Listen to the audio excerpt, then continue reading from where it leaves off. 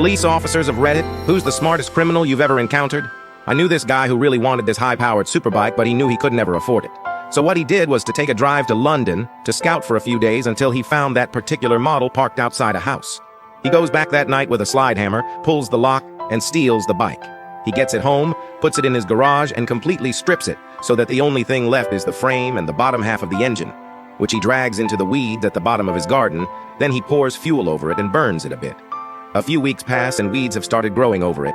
It's at that point he calls the cops and reports that someone had dumped a bike frame in his garden.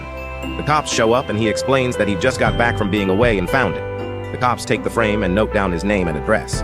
A few days later, the cops call him and say that the bike had been stolen from London a month or so ago, and that the insurance company had classed the bike as a write-off and had told the cops to dispose of it. But because the frame was found in his garden and the insurance company didn't want it, the cops were duty-bound to ask him if he wanted to keep it.